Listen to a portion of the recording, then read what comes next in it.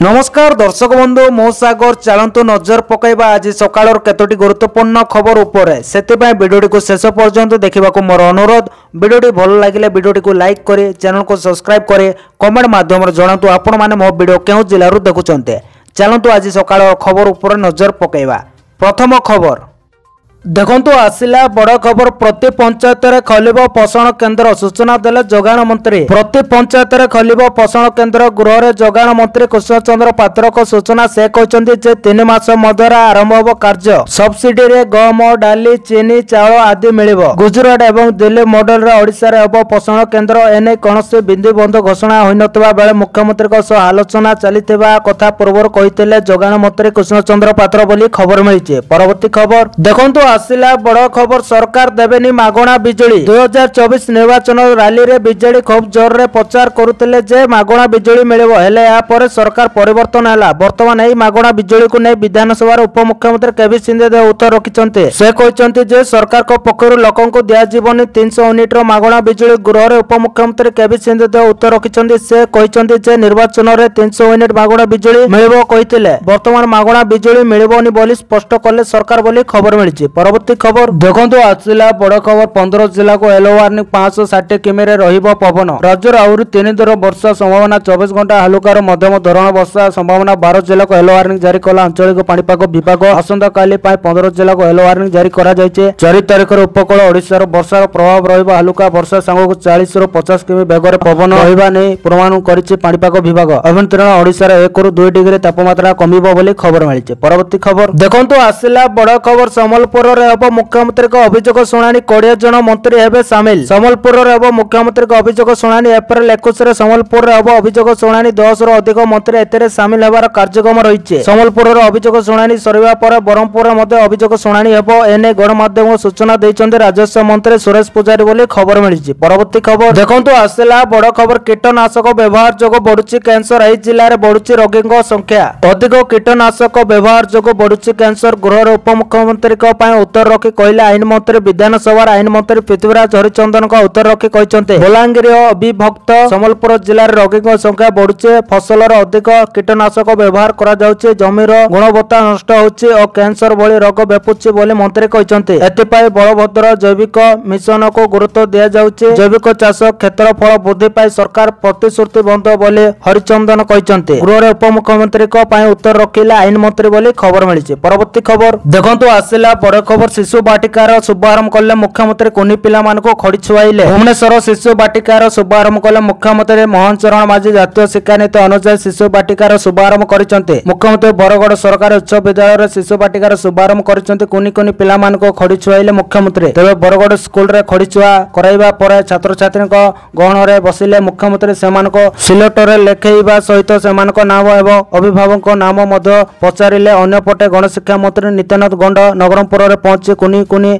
छात्र छात्री खड़ी छुआइतिले। मंत्री कଳରେ बसाई तांको सिलेट रे लेखाइतिले। तबे खड़ी छुआ कार्यक्रम पूर्व मुख्यमंत्री एक वीडियो बार्ता जारी करथिले बोली खबर मिलिছে। परवर्ती खबर देखंतु आसिला बड़ खबर। राताराती बदली गला बिजू बाबू को प्रतिमूर्तिर रंग। राज्य रे एबे चलिछि रंग बळा राजनीति। एकथा आमे कहूने बरं राज्य रे बीजेपी क्षमता आसीबा पर एपर किछि कार्य करूछि जहा को विरोध रे अटैक करी एपरि कहिसंती। हेले साधारण रे एबे चर्चा होछि कि एबे बिजू बाबू को पाळी पड़िछि। सेतिपा राताराती बिजू बाबू को प्रतिमूर्तिर रंग घन सबुजरू तंबा रंगर होई पड़ी जाइछि जहा कि गेरुआ परे दिसुछि बोली अभियोग आसीछि। जहा को नै राजनैतिक बयानबाजी आरंभ होई जाइछि बोली खबर मिलिছে। परवर्ती खबर देखंतु आसिला बड़ खबर। नांती महिला कमिशन पड़ी रहिछि 2869 मामला। पंजीकृत होइछि 1910 मामला। अपराध बढ़ी चलिछि एवं मामला पड़ी रहिछि। विधानसभा रे एपरि एक सांघातिक तथ्य रखिछन्ति उपमुख्यमंत्री प्रभाती परिडा। विधायक सनातन महाकड़ को प्रश्नर उपमुख्यमंत्री प्रभाती परिडा कहितले 2024-25 वर्ष रे 2869 मामला पेंडिंग रहिछि। सेपर 2024-25 रे 1910 मामला पंजीकृत होइछि एवं 1803 मामलार विचार होइछि। तथ्य अनुसार विशेष करे खर्दारे 450 मामला पड़ी रहितबा बेले कटक रे 309 मामला पड़ी रहिछि। सेपर केन्द्रापड़ा रे 216 मामला पड़ी रहितबा बेले पुरी रे मध्य 210 मामला पड़ी रहिछि बोले विधानसभा रे तथ्य रखिछन्ति प्रभाती परिडा बोली खबर मिलिছে। परवर्ती खबर देखंतु आसिला बड़ खबर। एणिकी चाउल संग को गहम देबे सरकार किंतु गहम रखिबा पई नाइ गोदाम व्यवस्था। खाद्य सरकार योजना रे चाउल सह मिलिबो गहम। पूर्वर गहम जोगाण बंद थिबा बेले हिताधिकारी को गहम जोगाइबा को निष्पत्ति नेइछन्ति सरकार। केंद्र मंत्री को सह आलोचना पर प्रथम ପର୍ଯ୍ୟନ୍ତ ଗମ ପହଞ୍ଚିଛି କିନ୍ତୁ ଗମ ରଖିବା ପାଇଁ ଗୋଦାମ ବ୍ୟବସ୍ଥା ଓ ପରିବହନ ବ୍ୟବସ୍ଥା ସୁବିଧା ନଥିବାରୁ ଏପର୍ଯ୍ୟନ୍ତ ଗମ ଯୋଗାଇ ଯାଇ ପାରିନାହିଁ ବୋଲି କହିଛନ୍ତି ଯୋଗାଣ ମନ୍ତ୍ରୀ। ପୁନର୍ବାର କେନ୍ଦ୍ର ସରକାରଙ୍କ ସହ ଆଲୋଚନା କରିବୁ। ରାଜ୍ୟ ସରକାର ପ୍ରତିଶ୍ରୁତି ଦେଇଛନ୍ତି, ପ୍ରତିଶ୍ରୁତି ରକ୍ଷା କରିବେ ବୋଲି କହିଛନ୍ତି ମନ୍ତ୍ରୀ। ପୂର୍ବାପେକ୍ଷା ଧାନ ଉତ୍ପାଦନ ବଢୁଥିବାରୁ ଚାଉଳ ଉତ୍ପାଦନ ବି ବଢିଛି। ପୂର୍ବରୁ ଏଫସିଆଇ 26 ଲକ୍ଷ ମେଟ୍ରିକ ଟନ ଚାଉଳ ନେଉଥିଲା, ଏବେ ଆଉ 20 ଲକ୍ଷ ମେଟ୍ରିକ ଟନ ଚାଉଳ ନେବାକୁ ଏଫସିଆଇ ରାଜି ହୋଇଛି। ଚଳିତ ବର୍ଷ ମୋଟ 46 ଲକ୍ଷ ମେଟ୍ରିକ ଟନ ଚାଉଳ ନେବ ଏଫସିଆଇ। ଏହାପରେ ବି ବଳକା ରହିଯାଉଥିବା 15 ଲକ୍ଷ ମେଟ୍ରିକ ଟନ ଚାଉଳରୁ 10 ଲକ୍ଷ ମେଟ୍ରିକ ଟନ ଚାଉଳ ରଖିବାକୁ ସରକାର ଗୋଦାମ କରୁଛନ୍ତି। ବାକି 5 ଲକ୍ଷ ମେଟ୍ରିକ ଟନ ଚାଉଳକୁ ଫ୍ରି ସେଲ୍ କରିବାକୁ ବ୍ୟବସ୍ଥା କରାଯାଉଛି ବୋଲି କହିଛନ୍ତି ମନ୍ତ୍ରୀ। ବିଜେଡି ବିଧାୟକ ଗୌତମ ବୁଦ୍ଧ ଦାସ ପଚାରିଥିଲେ କେବେଠାରୁ ଗମ ବଣ୍ଟାଯିବ ଏବଂ କେତେ ଚାଉଳ କେତେ ଗମ ମିଳିବ ବୋଲି ବିଧାନସଭାରେ ସେ ପ୍ରଶ୍ନ କରିଥିଲେ, କିନ୍ତୁ କେବେଠାରୁ ଗମ ମିଳିବ କେତେ ଅନୁପାତରେ ମିଳିବ ସେ ନେଇ କୌଣସି ସ୍ପଷ୍ଟ ଉତ୍ତର ରଖିନାହାନ୍ତି ମନ୍ତ୍ରୀ। ମନ୍ତ୍ରୀ କହିଥିଲେ ସରକାର ପ୍ରତିଶ୍ରୁତି ଦେଇଛନ୍ତି, ପ୍ରତିଶ୍ରୁତି ରଖିବେ। ପୂର୍ବରୁ ଗମ ମିଳୁଥିବା ବେଳେ ବିଜେଡି ସରକାର ସମୟରେ ଗମ ବନ୍ଦ କରିବାକୁ ଚିଠି ପରେ ଗମ ଯୋଗାଣ ବନ୍ଦ ରହିଛି ବୋଲି ଖବର ମିଳିଛି। ପରବର୍ତ୍ତୀ ଖବର ଦେଖନ୍ତୁ, ଆସିଲା ବଡ଼ ଖବର। 24 ଘଣ୍ଟାରେ ବିଜୁଳି ଘଡଘଡି ସହ ପ୍ରବଳ ବର୍ଷା ଆଲର୍ଟ କଲା ପାଣିପାଗ ବିଭାଗ। ପାଣିପାଗକୁ ନେଇ ବଡ଼ ଅପଡେଟ୍ ଆସୁଛି। ବଡ଼ ବର୍ଷା କେବଳ ସେତିକି ନୁହେଁ, 5 ଦିନ ଯାଏ କୁଆପଥର ବର୍ଷା ହେବା ନେଇ ପୂର୍ବାନୁମାନ କରିଛି ପାଣିପାଗ ବିଭାଗ। ଆଜିଠୁ ପାଗରେ ପରିବର୍ତ୍ତନ ହେବ, କିଛି ସ୍ଥାନ ପ୍ରବଳ ବର୍ଷା ହୋଇପାରେ। ଆସନ୍ତା ଏପ୍ରିଲ 5 ତାରିଖ ଯାଏ ରାଜ୍ୟର ବିଭିନ୍ନ ଜିଲ୍ଲାରେ ବର୍ଷା ହେବା ନେଇ ପାଣିପାଗ ବିଭାଗ ଆକଳନ କରିଛି। ବିଜୁଳି ଘଡଘଡି ନେଇ ମଧ୍ୟ ସତର୍କ କରାଇଛି ପାଣିପାଗ ବିଭାଗ। ଆସନ୍ତା ଏପ୍ରିଲ 4 ତାରିଖରେ କାଳବୈଶାଖୀ ବର୍ଷାକୁ ନେଇ 9ଟି ଜିଲ୍ଲାକୁ ଅରେଞ୍ଜ ୱାର୍ଣ୍ଣିଂ ଜାରି କରାଯାଇଥିବା ବେଳେ 5ଟି ଜିଲ୍ଲାକୁ ୟେଲୋ ଆଲର୍ଟ ଜାରି କରାଯାଇଛି। କୁଆପଥର ବର୍ଷା ହେବା ନେଇ ଆଲର୍ଟ କରିଛି ପାଣିପାଗ ବିଭାଗ। ଅରେଞ୍ଜ ଆଲର୍ଟ ଜାରି କରାଯାଇଥିବା 9 ଜିଲ୍ଲା ହେଉଛି ସୁନ୍ଦରଗଡ଼, ଝାରସୁଗୁଡ଼ା, ସମ୍ବଲପୁର, ବୌଦ୍ଧ, କନ୍ଧମାଳ, କଳାହାଣ୍ଡି, ରାୟଗଡ଼ା, ନବରଙ୍ଗପୁର ଓ କୋରାପୁଟ। ସେହିଭଳି ୟେଲୋ ଆଲର୍ଟ ଜାରି କରାଯାଇଥିବା 5 ଜିଲ୍ଲା ହେଉଛି ବରଗଡ଼, ସୋନପୁର, ବଲାଙ୍ଗୀର, ନୂଆପଡ଼ା ଓ ମାଲକାନଗିରି ବୋଲି ଖବର ମିଳିଛି। ପରବର୍ତ୍ତୀ ଖବର ଦେଖନ୍ତୁ, ଆସିଲା ବଡ଼ ଖବର। ମୋବାଇଲ ବ୍ୟାଗ୍ କଭରରେ ଟଙ୍କା କି କାର୍ଡ ରଖିଲେ ସାବଧାନ ହୋଇଯିବ ବ୍ଲାଷ୍ଟ। ଆଜିକାଲି ସ୍ମାର୍ଟଫୋନ ଆମ ଜୀବନର ଏକ ଅଙ୍ଗ ପାଲଟି ସାରିଲାଣି। ସ୍ମାର୍ଟଫୋନ ବିନା ଆମେ ଗୋଟିଏ ଘଣ୍ଟା ବି କାଟି ପାରୁନୁ। ତେବେ ବହୁତ ସମୟରେ ଦେଖିବାକୁ ମିଳେ ଯେ ଲୋକେ ସ୍ମାର୍ଟଫୋନ କଭର ତଳେ ଟଙ୍କା ଏବଂ କାର୍ଡ ରଖିଥାନ୍ତି, କିନ୍ତୁ ସେମାନେ ଜାଣିନାହାନ୍ତି ଯେ ଏଭଳି ରଖିବା ତାଙ୍କ ପାଇଁ ସମସ୍ୟା ସୃଷ୍ଟି କରିବ ବୋଲି। ଫୋନ କଭରରେ ନୋଟ କିମ୍ବା ଏଟିଏମ ରଖିବାରେ ସ୍ମାର୍ଟଫୋନ ଠିକ୍ ଭାବେ ରିଲିଜ ହୋଇପାରିନଥାଏ ଏବଂ ଏଥିରେ ବ୍ଲାଷ୍ଟ ହେବାର ସମ୍ଭାବନା ଅଧିକ ବଢିଯାଏ ବୋଲି ଖବର ମିଳିଛି। ପରବର୍ତ୍ତୀ ଖବର ଦେଖନ୍ତୁ, ଆସିଲା ବଡ଼ ଖୁସି ଖବର। ପିଏମ କିଷାନ ପାଇଁ ଖୁସି ଖବର। ଏହି ଦିନ ଆକାଉଣ୍ଟକୁ ଆସିବ ପିଏମ କିଷାନ ଯୋଜନାର 20ତମ କିସ୍ତି ଟଙ୍କା। ଦେଖନ୍ତୁ, ଗତ ମାସ ଫେବୃଆରୀ 24 ତାରିଖରେ ପ୍ରଧାନମନ୍ତ୍ରୀ ନରେନ୍ଦ୍ର ମୋଦି ଚାଷୀଙ୍କ ଆକାଉଣ୍ଟକୁ 19ତମ କିସ୍ତିର ଟଙ୍କା ପଠାଇଥିଲେ। ଗୋଟିଏ ମାସର ଅଧିକ ସମୟ ବିତିଗଲାଣି ଏବଂ ଏବେ ଚାଷୀମାନେ ପରବର୍ତ୍ତୀ କିସ୍ତି ପାଇଁ ଅପେକ୍ଷା କରିଛନ୍ତି। ଯଦି ଗଣମାଧ୍ୟମିକ ରିପୋର୍ଟକୁ ବିଶ୍ୱାସ କରାଯାଏ ତେବେ କେନ୍ଦ୍ର ସରକାର ଆସନ୍ତା ଜୁନ ମାସରେ ପ୍ରଧାନମନ୍ତ୍ରୀ କିଷାନ ସମ୍ମାନ ନିଧି ଯୋଜନାର 20ତମ କିସ୍ତି ଜାରି କରିପାରନ୍ତି। ତଥାପି ସରକାରଙ୍କ ପକ୍ଷରୁ ଏପର୍ଯ୍ୟନ୍ତ କୌଣସି ଆନୁଷ୍ଠାନିକ ଘୋଷଣା କରାଯାଇନାହିଁ। ପ୍ରଧାନମନ୍ତ୍ରୀ କିଷାନ ସମ୍ମାନ ନିଧି ଯୋଜନାର ଲାଭ ପାଇବା ପାଇଁ ଚାଷୀଙ୍କ ନାମ ତାଲିକାରେ ରହିବା ଆବଶ୍ୟକତା।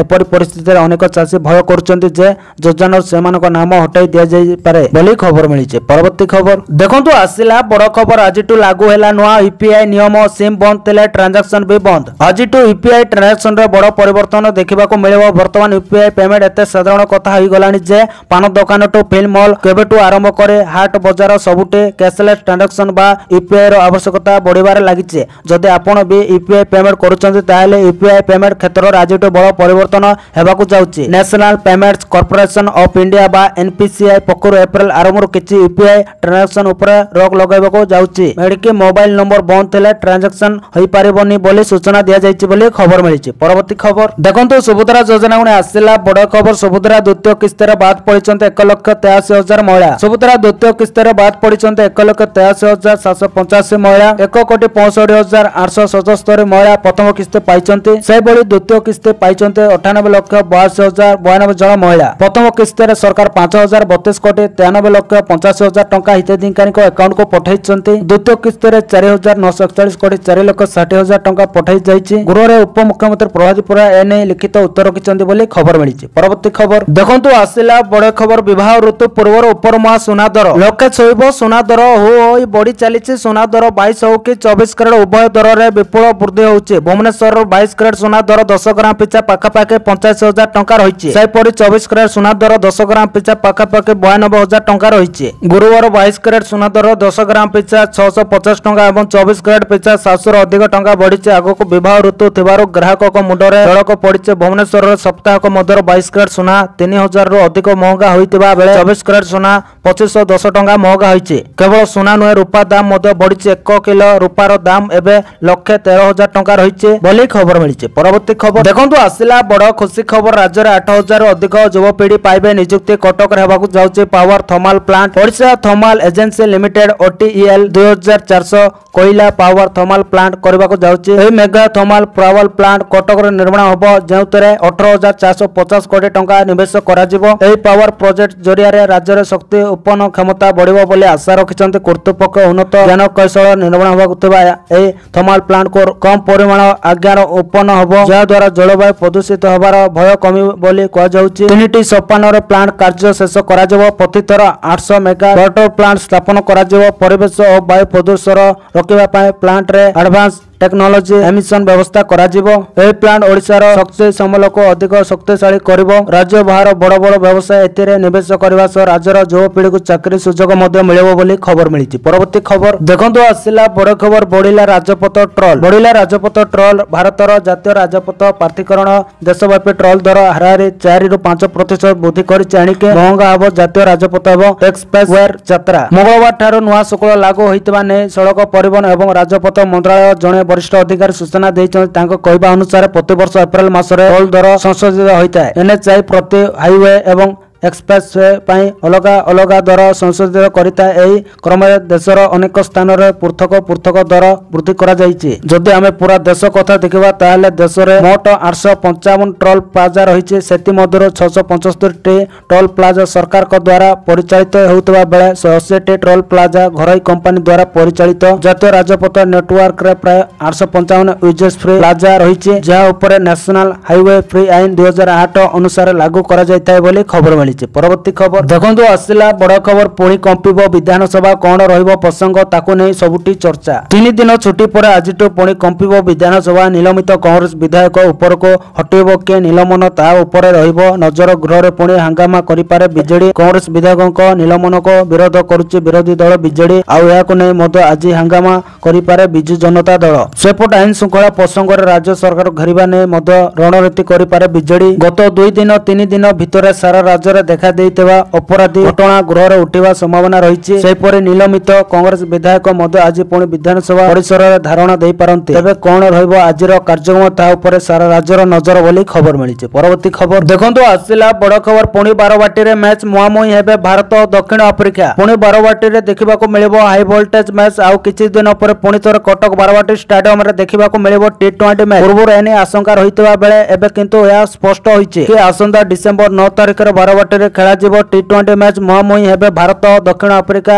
दुई देश मध्य 5 मैच विशिष्ट सीरीज खेला जीवो। आउ एही सीरीज रो प्रथम मैच बारवाटी रे खेला जीवो बोली स्पष्ट होइछि। जदि देखिबा बारवाटी रे विशेष मैच अनुष्ठित होउ नै। दीर्घ वर्ष पर चलित वर्ष बारवाटी रे वन डे मैच अनुष्ठित होइतिला जाहाको देखिबा पाए प्रबल क्रिकेट प्रेमी को भिड़ जमिथिला। आउ तापर चलित वर्ष क्रिकेट प्रेमी मानक पाए पुणी एक खुशी खबर आसीछि कि डिसेंबर 9 तारिख रे बारवाटी रे खेला जीवाको जाउछि T20 मैच जेउतरे मुहामुही हेबे भारत और दक्षिण अफ्रिका। आउ एही सूचना आसीबा पर भारत क्रिकेट प्रेमी को खुशी कहले न सरे बोली खबर मिली। परवर्ती खबर देखंतु आसिला बड़ खबर आज तातीर मिलिबो आसते 15 जिल्लार घड़घड़ी वर्षा सहित बहिबो पवन। वर्षा नै पाणीपाग विभाग आकलन आज अधा ओडिशार कालबैशाखी वर्षा होबार संभावना रही। विशेषकर 3 और 4 तारिख कालबैशाखी प्रभाव बढ़िबो। वर्षा सांग बिजुली और घड़घड़ी मारिबार संभावना रही। 2 दिन पय ऑरेंज वार्निंग जारी करिछि पाणीपाग विभाग। आज 40 ରୁ 50 किलोमीटर बेगर पवन होबा सहित मयूरभंज झारसुगुड़ा केन्दुझर सम्बलपुर सोनपुर अनुकूल बरगड़ बलांगीर नगरपुर कलाहांडी कोरापुट नुआपड़ा और बौद्धर घड़घड़ी सहित वर्षा होबार संभावना रही। तेबे आसंता काली 9 जिला पय सतर्कता जारी करा जायछि। तेबे आसंता काली 9 जिला पय सतर्कता जारी करा जायछि। कोरापुट रायगड़ा नगरपुर कलाहांडी कंधमाल बौद्ध सुंदरगढ़ झारसुगुड़ा और सम्बलपुर घड़घड़ी सहित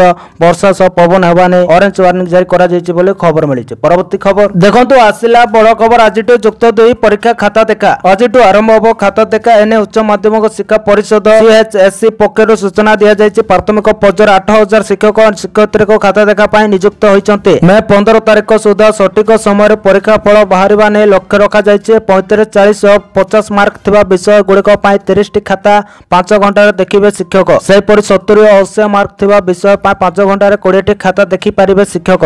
खरा को दृष्टि रखी 2टी शिफ्ट रे खाता देखा जिवो। प्रथम शिफ्ट सकाळ 7:30 ରୁ 12:30 एवं द्वितीय शिफ्ट 1:30 ରୁ 6:30 पर्यंत चलिबो। तबे खाता देखार ଏଥିରେ ମୋଟ 16,000 ଅଧ୍ୟାପକ ସାମିଲ ହୋଇଛନ୍ତି ବୋଲି ଖବର ମିଳିଛି। ପରବର୍ତ୍ତୀ ଖବର ଦେଖନ୍ତୁ ଆସିଲା ବଡ଼ ଖୁସି ଖବର। ମୁଖ୍ୟମନ୍ତ୍ରୀଙ୍କ ବଡ଼ ଘୋଷଣା, ବରିଷ୍ଠ ନାଗରିକଙ୍କୁ ପ୍ରତି ମାସରେ ମିଳିବ 3,000 ଟଙ୍କା। ମନ ଦେଇକି ଶୁଣନ୍ତୁ। ରାଜ୍ୟ ସରକାରଙ୍କ ବଡ଼ ଘୋଷଣା, ବରିଷ୍ଠ ନାଗରିକଙ୍କ ପାଇଁ ମାସିକ ଆର୍ଥିକ ସହାୟତା ବୃଦ୍ଧି କରିବାକୁ ଘୋଷଣା କରିଛନ୍ତି ରାଜ୍ୟ ସରକାର। ଏହା ଅଧୀନରେ 60ରୁ 69 ବର୍ଷ ବୟସର ଲୋକଙ୍କ ପାଇଁ ସହାୟତା ରାଶି 2,000 ଟଙ୍କାରୁ 2,500 ଟଙ୍କା ବୃଦ୍ଧି କରାଯାଇଛି, ଯେତେବେଳେ 70 ବର୍ଷରୁ ଅଧିକ ବୟସର ଲୋକଙ୍କୁ ପ୍ରତି ମାସରେ 3,000 ଟଙ୍କା ମିଳିବ। ସେ କହିଛନ୍ତି 60ରୁ 69 ବର୍ଷ ବୟସର ବରିଷ୍ଠ ନାଗରିକଙ୍କ ପାଇଁ ମାସିକ ସହାୟତା 2,500 ଟଙ୍କା ବୃଦ୍ଧି କରାଯାଉଛି ଏବଂ 70 ବର୍ଷରୁ ଅଧିକ ବୟସର ବ୍ୟକ୍ତିମାନେ ଏବେ ପ୍ରତି ମାସରେ 3,000 ଟଙ୍କା ପାଇବେ ବୋଲି ଖବର ମିଳିଛି। ପରବର୍ତ୍ତୀ ଖବର ଦେଖନ୍ତୁ ଆସିଲା ବଡ଼ ଖବର। ଗୃହରେ ଉଠିଲା ଗହମ ପ୍ରସଙ୍ଗ। ନବୀନ ଚିଠି ଲେଖି ବନ୍ଦ କରିଥିଲେ ଗହମ। ଓଡ଼ିଶା ଚାଉଳ ଖିଆ ରାଜ୍ୟ କେନ୍ଦ୍ରକୁ ଲେଖିଥିବା ଚିଠିରେ ଏପରି କିଛି ଲେଖିଥିଲେ ପୂର୍ବତନ ମୁଖ୍ୟମନ୍ତ୍ରୀ ତଥା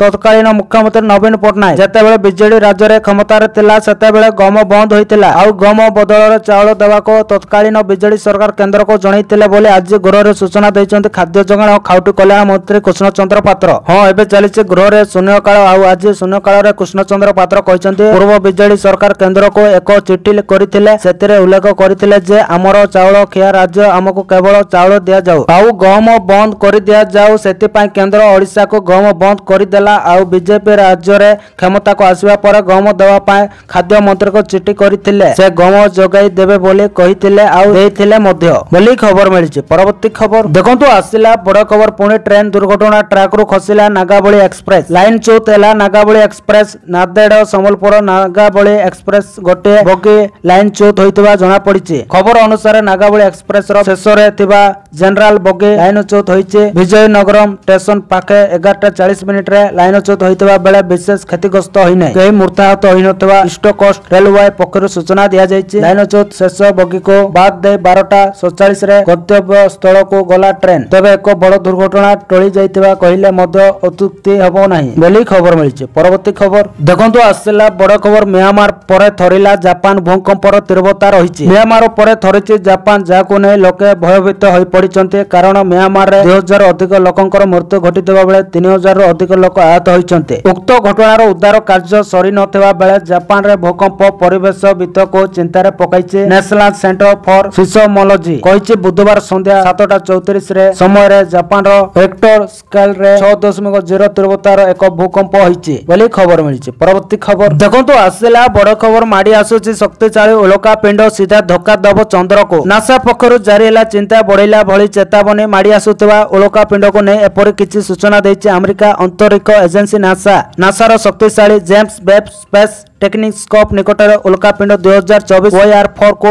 ପୃଥିବୀ ନିକଟରେ ଘୁରି ବୁଲିଥିବାର ଦେଖିଛି। ତେବେ ନାସାର ଗଣନା ଅନୁସାରେ ଏହି ଉଲ୍କାପିଣ୍ଡ ପୃଥିବୀକୁ କିଛି କ୍ଷତି ପହଞ୍ଚାଇ ନପାରେ, କିନ୍ତୁ ଚନ୍ଦ୍ର ପାଇଁ ସାଂଘାତିକ ବିପଦ ସୃଷ୍ଟି କରିବ ବୋଲି ନାସା ଗଣନା କରିଛି। ଯଦି ଏହା ଚନ୍ଦ୍ରକୁ ବାଡ଼େଇ ହେଉଛି ତେବେ ଏହାର ପ୍ରଭାବ ପୃଥିବୀ ଉପରେ ନିଶ୍ଚିତ ପଡ଼ିବ। ନାସାର କହିବା ଅନୁସାରେ 2036 ଡିସେମ୍ବରରେ ପୃଥିବୀ ଏବଂ ଚନ୍ଦ୍ର ପାଇଁ ବିପଦ ରହିଛି। କୁହାଯାଉଛି ପୃଥିବୀକୁ ଯଦି ଏହା ଧକ୍କା ଦିଏ ତେବେ ଧ୍ୱଂସ ସୁନିଶ୍ଚିତ। ପୃଥିବୀ ସହିତ ଧକ୍କା ହେବାର ସମ୍ଭାବନାକୁ ବୈଜ୍ଞାନିକମାନେ ଅନେକ ଥର ପ୍ରକାଶ କରିସାରିଛନ୍ତି। ଉଲ୍କାପିଣ୍ଡ ଯଦି ପୃଥିବୀ ସହ ଧକ୍କା ହୁଏ ତେବେ ସାରା ସହରରେ ଧ୍ୱଂସ ଲୀଳା ସୃଷ୍ଟି ହେବ, ଯାହା ହିରୋସିମା ଉପରେ ପକାଉଥିବା 500 ବୋମା ସହିତ ସମାନ ହେବ। ଯଦି ଉଲ୍କାପିଣ୍ଡ ପୃଥିବୀକୁ ଧକ୍କା ଦିଏ କେଉଁ କେଉଁ ଦେଶରେ ଏହା ବ୍ୟାପକ କ୍ଷୟକ୍ଷତି ସୃଷ୍ଟି କରିବ। OIR-4 ଉଲ୍କାପିଣ୍ଡର ପୁରା ନାମ 2024ରେ ରଖାଯାଇଥିଲା। ଏହି ଉଲ୍କାପିଣ୍ଡକୁ ଆପୋଲୋ ଟାଇମ ଭାବେ ଚିହ୍ନଟ କରାଯାଇଥିଲା। ଯେତେବେଳେ ଆଟଲାସ ଦ୍ୱାରା ଏହି ଉଲ୍କାପିଣ୍ଡକୁ ନେଇ ଚେତାବନୀ ଜାରି କରାଗଲା ସେତେବେଳେ ସାରା ବିଶ୍ୱର ଅନ୍ତରୀକ୍ଷ ଏଜେନ୍ସି ମାନଙ୍କରେ ହଇଚଇ ସୃଷ୍ଟି ହୋଇଥିଲା ବୋଲି ଖବର ମିଳିଛି। ପରବର୍ତ୍ତୀ ଖବର ଦେଖନ୍ତୁ ଆସିଲା ବଡ଼ ଖବର। EPF କୁ ନେଇ ବଡ଼ ଖବର। 15ଟି ନୂଆ ବ୍ୟାଙ୍କ ନେଟୱାର୍କରେ ହେଲା ସାମିଲ। କର୍ମଚାରୀ ଭବିଷ୍ୟ ନିଧି ସଂଗଠନ EPF